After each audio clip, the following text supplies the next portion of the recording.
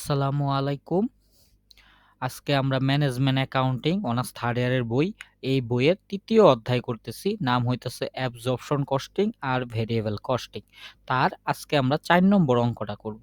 গত ক্লাসে বা গত যে ভিডিও করছিলাম সেখানে আপনি ৩ পর্যন্ত অঙ্ক পাবেন, আজ থেকে পাবেন ৪ নম্বর অঙ্ক। তো চলেন ৪ নম্বর অঙ্ক আমরা শুরু করি। বিসমিল্লাহির রহমানির রাহিম। এখানে দেখেন লেখা আছে you have given the following information of Rahman brothers. Rahman বাদার্সের সম্পর্কিত তথ্য দেওয়া আছে। কি কি তথ্য দেওয়া আছে দেখেন। এখানে আপনার বিক্রয় মূল্য আছে কত?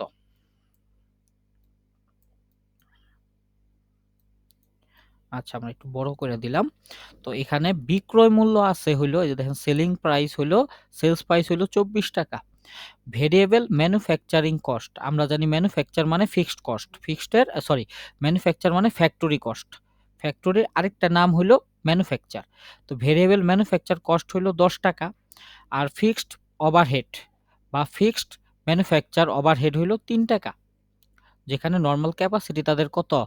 10,000 ক্যাপাসিটি, মানে উৎপাদন করার ক্ষমতা হলো 10,000, প্রতি ইউনিটের দাম কত কইরা? 3 টাকা কইরা ফিক্সড। এছাড়া আমাদের কি কি তথ্য আছে আরো? প্রোডাকশন করছে অ্যাকচুয়ালি 8,000 ইউনিট, মাল প্রোডাকশন করছে 8,000 ইউনিট, আর বিক্রি করছে কত হাজার ইউনিট? 5,000 ইউনিট।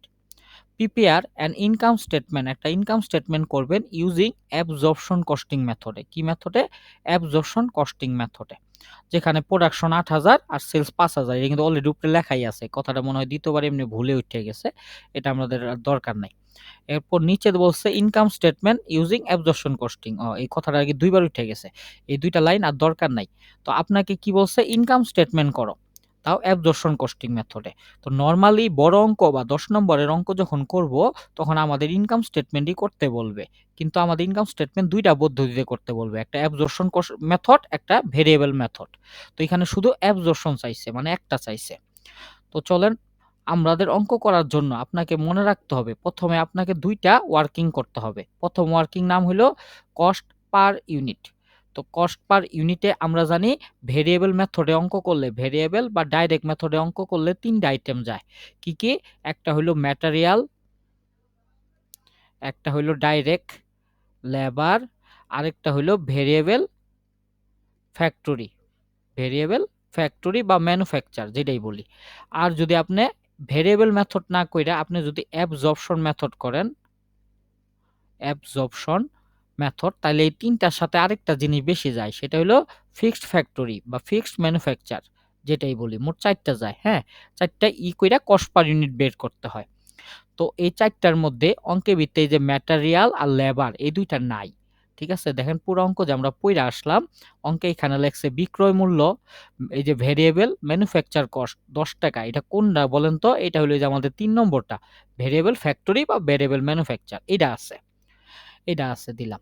এটা হলো নরমাল ক্যাপাসিটি, আর এটা হলো ফিক্সড ওভারহেড, এটা মার্কেটিং এক্সপেন্স, এটা হলো প্রোডাকশন ইউনিট, এটা সেলস ইউনিট। কোথাও দেখেন এটুকুই কিন্তু অঙ্ক, এই নিচে 2 লাইন কিন্তু কাটা, তাই না? আর এখানে আপনি অ্যাবজর্পশন মেথডে অঙ্ক করতে বলছে। তো অঙ্কের ভিত্তিতে কোথাও ম্যাটেরিয়াল এবং লেবার নাই, তাহলে অঙ্কের ভিত্তিতে শুধু ভেরিয়েবল একটা খরচ আছে 10 টাকায়, যে ভেরিয়েবল ম্যানুফ্যাকচারিং কস্ট কত? 10 টাকা, এটা লিখলাম ভেরিয়েবল ম্যানুফ্যাকচারিং কস্ট 10 টাকা।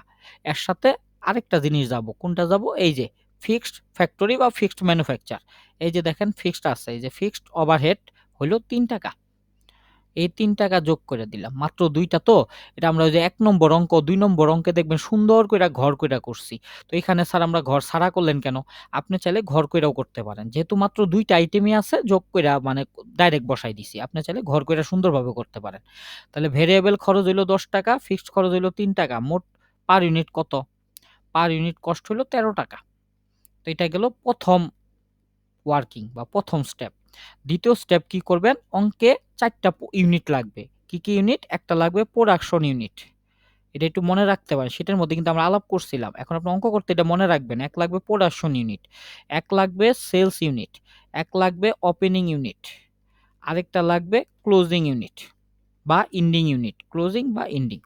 এই ৪টার মধ্যে যদি ওপেনিং না থাকে তাহলে ওপেনিং এর 0 ধরবেন। বাকি এই ৩ ইউনিট লাগবে। ৩টার একটা ইউনিট যদি না থাকে তাহলে আপনি অঙ্ক করতে পারবেন না। কথা বুঝছেন?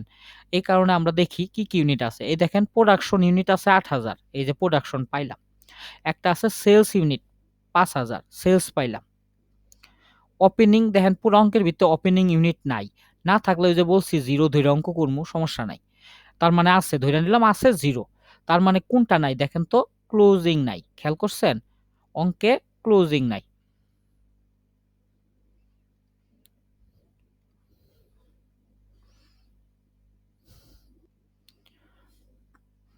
আচ্ছা একটু নেটের সমস্যা হইছিল। তাহলে আমি কথাটা একটু আবার বলি, হ্যাঁ? যদি উইঠা থাকে তাহলে উঠলোই, আর যদি না উইঠা থাকে তাহলে আবার উঠলো। একটু কষ্ট করে শুনবেন। যে আমাদের অঙ্ক করতে গেলে ৪ টা ইউনিট লাগবে। একটা হলো প্রোডাকশন ইউনিট। এটা অঙ্কে আছে এই যে প্রোডাকশন ইউনিট কত? ৮,০০০। তাহলে প্রোডাকশন আছে ৮,০০০ লেখলাম। সেলস ইউনিট লাগবে। সেলস আছে ৫,০০০। এই যে সেলস, সেলস আছে ধইরা নিলাম ৫,০০০। ওপেনিং ইউনিট কোথাও নাই। ওপেনিং আমরা জানি না থাকলে 0 ধইরা নিতে হয়। এটা আমাদের সূত্রের মধ্যে শীট যখন বুঝাইছিলাম তখন বইলা দিছি যে ওপেনিং না থাকলে ০ ধরবেন। তার মানে ৩ টা আছে। অঙ্কে ক্লোজিং নেওয়া কোনো কথাই নাই। তাহলে বুঝতে হবে ক্লোজিং ইউনিট নাইকা। তাহলে আমাদের ১ম এ কি বাই করতে হবে? ক্লোজিং ইউনিট বাই করতে হবে। দেখেন আমরা স্টেপটা নিচে করছি। এটা আপনি নিচেও করতে পারেন অথবা উপরেও কইরা নিতে পারেন। আপনার ইচ্ছা। ওই যে আমরা যে ১ম এ কস্ট পার ইউনিট বাই করলাম না ৳১৩ এই যে দেখেন তো এই যে ৳১৩ যে বের করছি এর নিচেই আপনি ওইটা কইরা নিতে পারেন। বুঝছেন? কোনো সমস্যা নাই। অথবা পরেও দেখাইতে পারেন। কিন্তু লাগবে কিন্তু এখানে। আচ্ছা। ঠিক আছে? এই যে দেখেন, তো আপনার দরকার ক্লোজিং স্যার, কিন্তু আপনি লেখলেন কি? Production unit. কারণটা কি? সূত্র লিখছি প্রোডাকশনের ভাইয়া। তারপর যেটা ক্লোজিং নাই সেটা আমরা বের করব। তো প্রোডাকশন ইউনিট একটা সূত্রই মনে রাখবেন। তারপর প্রোডাকশন না থাক, সেলস না থাক, ক্লোজিং না থাক, যেটা নাই সেটা ওটার নামই লিখব তাই এবং ওইটা ক্যালকুলেশন করে বাইর করব। ঠিক আছে? সহজ কথা একবারে। তাহলে প্রোডাকশন সূত্র হইল কি? Sales plus closing minus opening. এই সূত্রটা মনে রাখবেন। সব অঙ্কে লাগবে। Sales plus closing minus opening. এটা করলে আমাদের দেখেন প্রোডাকশন অঙ্কে দেওয়া আছে ৮,০০০, সেলস দেওয়া আছে ৫,০০০, ওপেনিং কিছুই দেওয়া নাই, মনে মনে 0, ক্লোজিং নাই, বের হবে। এভাবে মানগুলো বসাইলাম, তাই না? এখন চলেন আমরা এটা কি করব? বের করব। খুব সহজ।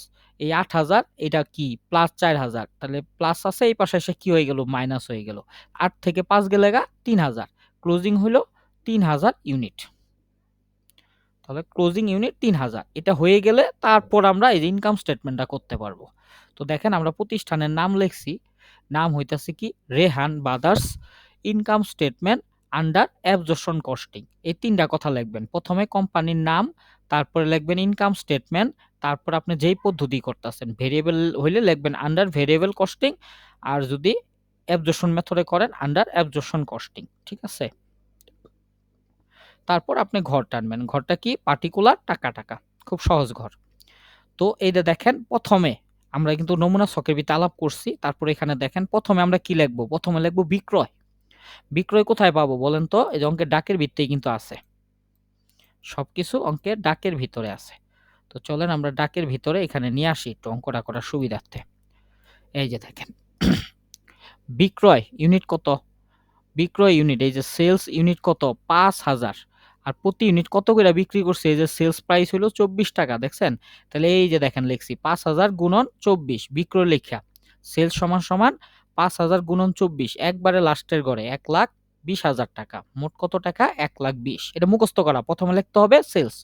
সেলস থেকে আপনাকে বাদ দিতে হবে কস্ট অফ গুডস সোল্ড। লিখা কোলন ড্যাশ দিবেন। আর এই কস্ট অফ গুডস সোল্ড এর সূত্র অঙ্ক করতে গেলে ভাই একটু কষ্ট করতে হবে। কারণ এটা জানাই আছে এই অধ্যায় থেকে ১০ নাম্বার কিন্তু আসবেই। ঠিক আছে? ১৪ নাম্বারও আসতে পারে কিন্তু ১০ নাম্বার একটা অঙ্ক আসবেই। আর এটাই হইলো অঙ্ক।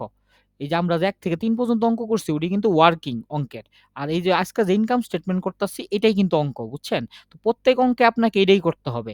এজন্য আপনাকে ধাপটা মনে রাখতে হবে। ১ম এ বিক্রয়, সেখান থেকে আপনি কি করবেন? কস্ট অফ গুডস সোল্ড এর ভিতরে ১ম এ লিখবেন ওপেনিং ইনভেন্টরি। তার সাথে দিবেন প্লাস প্রোডাকশন মাইনাস ক্লোজিং। একবারে মুখস্থ সূত্র। ওপেনিং প্লাস প্রোডাকশন মাইনাস কি? ক্লোজিং। তো ওপেনিং অঙ্কে কিন্তু নাইকা আমরা 0 মনে আছে? আমরা কিন্তু যে নিচেও যে করছি এই যে ওপেনিং কিন্তু 0 দিয়ে অঙ্ক করছিলাম। মানে ওপেনিং নাই। এই কারণে ওপেনিং কোনো টাকাই বসাইলাম না। ওপেনিং নাই।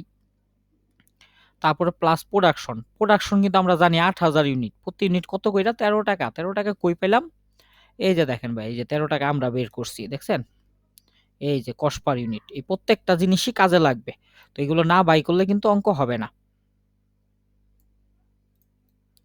তাহলে প্রোডাকশন ৮,০০০ গুণন ১৩, ১,০৪,০০০ টাকা।